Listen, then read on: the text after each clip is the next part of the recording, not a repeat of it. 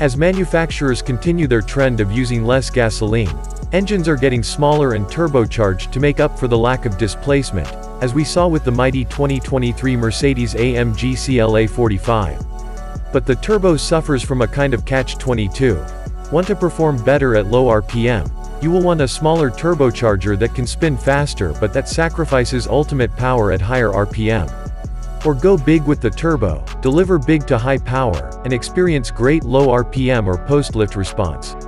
Superchargers and exhaust-based anti-lag systems can solve this problem, with their own trade-offs. Mercedes-AMG has opted for door number 3 with its new SL43 Roadster.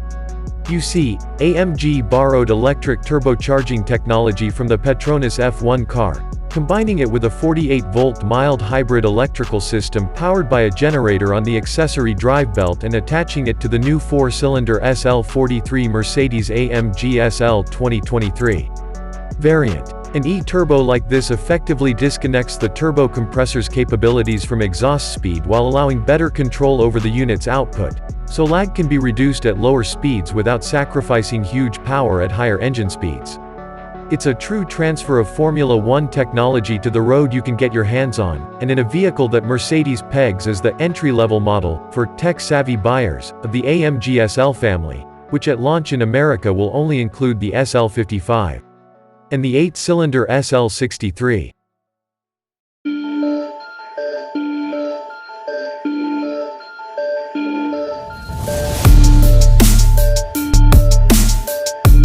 The 1.6-inch thick electric motor of the SL43 turbocharger is tied to a shaft that drives the compressor wheel with the turbine wheel.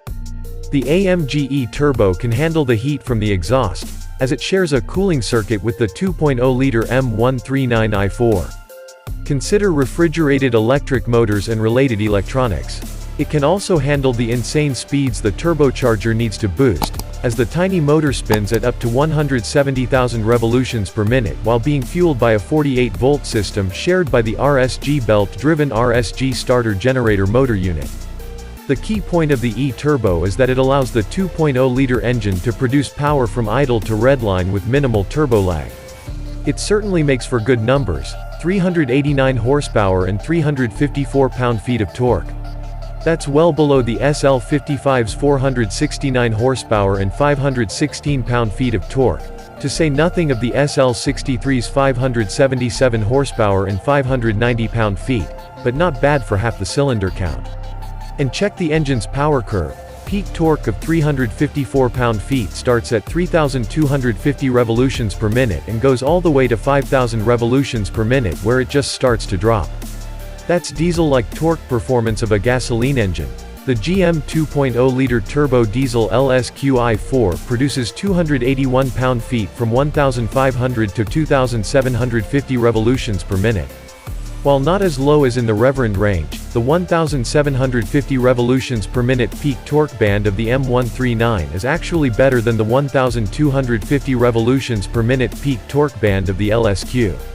It's also not far off the SQ7 TDI's 2,000 revolutions per minute torque range, but the triple turbo diesel makes around 310 pound-feet of torque thanks to half the size in number and displacement of cylinders and 2/3 less turbo. That being said, the gasoline engine also has a slight horsepower advantage over a diesel of the same size.